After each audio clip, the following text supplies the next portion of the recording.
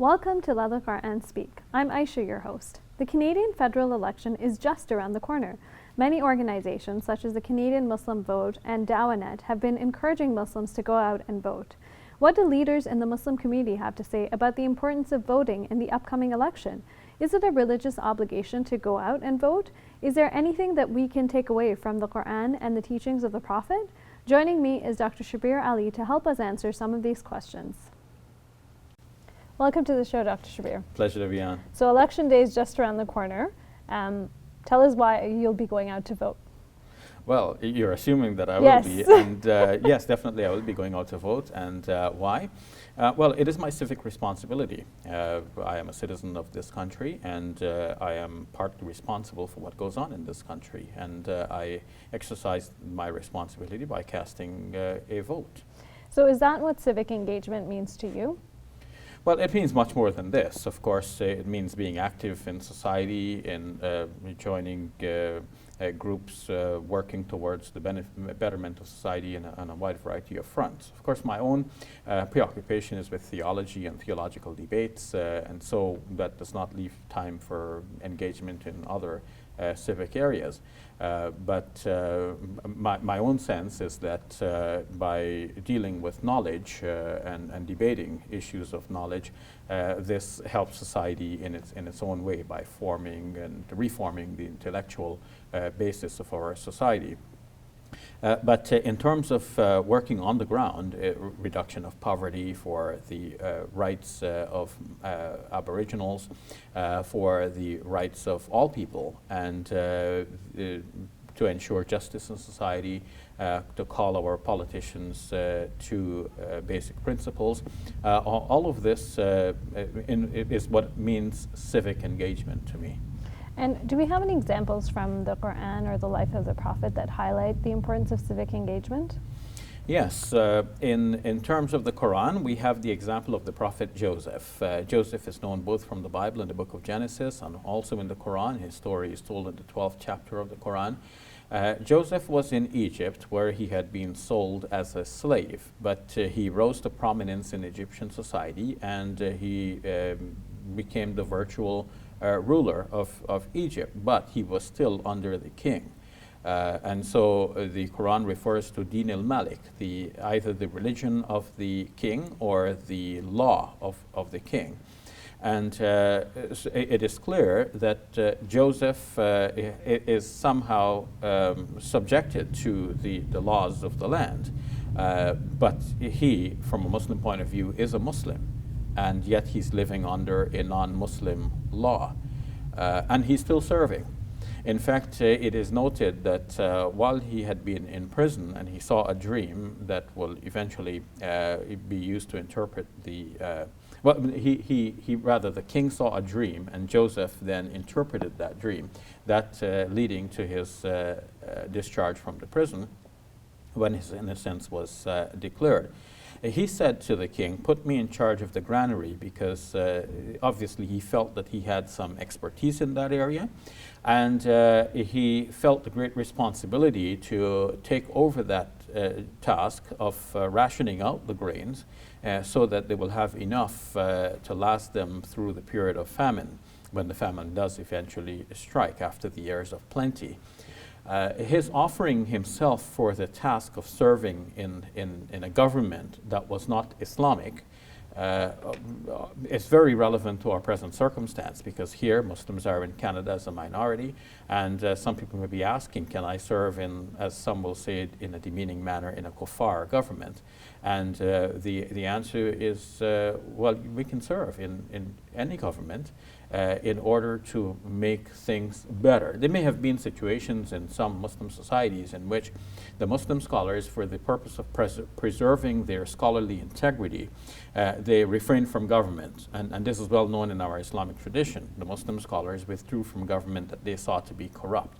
But at the same time, they did so for the purpose of preserving the knowledge, so that their scholarly integrity would not be compromised. They would not start giving rulings in favor of the government because they want to curry favor with the ruling power at the time. So there was a level of removal. That's right. But at the same time, the government had to continue, and there had to be Muslims serving in all levels of government. And one cannot say all of these are bad Muslims throughout history, serving in governments which to varying levels have been corrupt. In our situation, we are Muslims in Canada as a minority. We can make things better by being involved civically, by being involved with government, by working for the government and with the government. Because wherever we happen to be, we will carry our personal influence with us. If we share in a decision making, we will bring an Islamic perspective without necessarily calling it an Islamic perspective. It could be a humanitarian perspective that people who do not believe in God may have not so much reason as a believer in God have for emphasizing humanitarian aspects in decision making. Some other people may want to emphasize profit making, and the believer may say, no, people before profits, and people matter. Of course, non-believers may have similar sentiments as well, but the believer's commitment to humanitarian goals is actually rooted in our belief in God, who is the creator of all human beings and who has made human beings special as people who can intellectualize God and respond to God in an intellectual manner. I've heard some scholars say that, depending on whoever is running and whatever their policies are, whether it brings good or bad to a society, in some respects it might be considered mandatory for us to vote. So what's your perspective on that?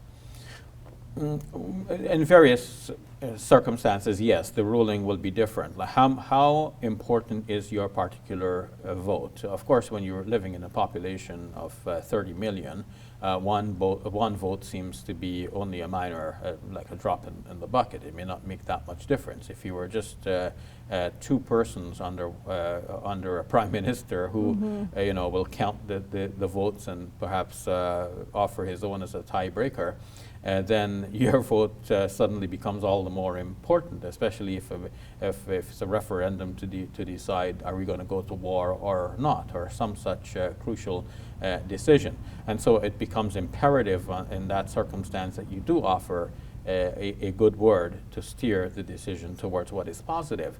In a population of 30 million, when your one vote is only a drop in the bucket, the obligation obviously is not as great, but still it counts, and still it's the responsibility of a Muslim, and the Muslim must fulfill that responsibility. In fact, we need to generate a culture among Muslims that reverses the kind of aloofness that Muslims have traditionally had as minorities in many parts of the world today. Many Muslims have just simply left the government up to the ruling powers and thought that their votes would not count, but actually votes do make a difference, and we need to actually bring that into the full awareness of the Muslim population here and elsewhere.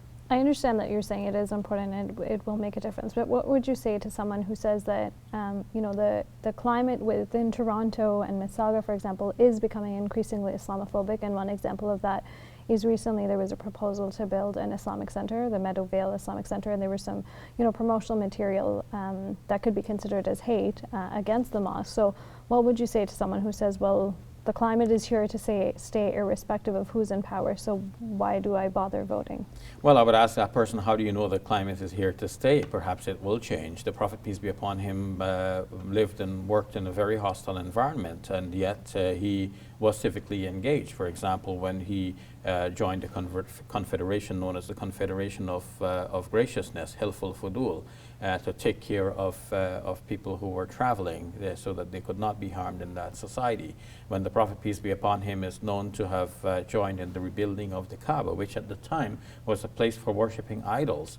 So the Prophet, peace be upon him, was engaged, and if one says, well, this was before he received revelation, it is said that the Prophet, peace be upon him, himself said that if the non-Muslims were again going to strike a confederation like the one they struck before, I would join them in it even now.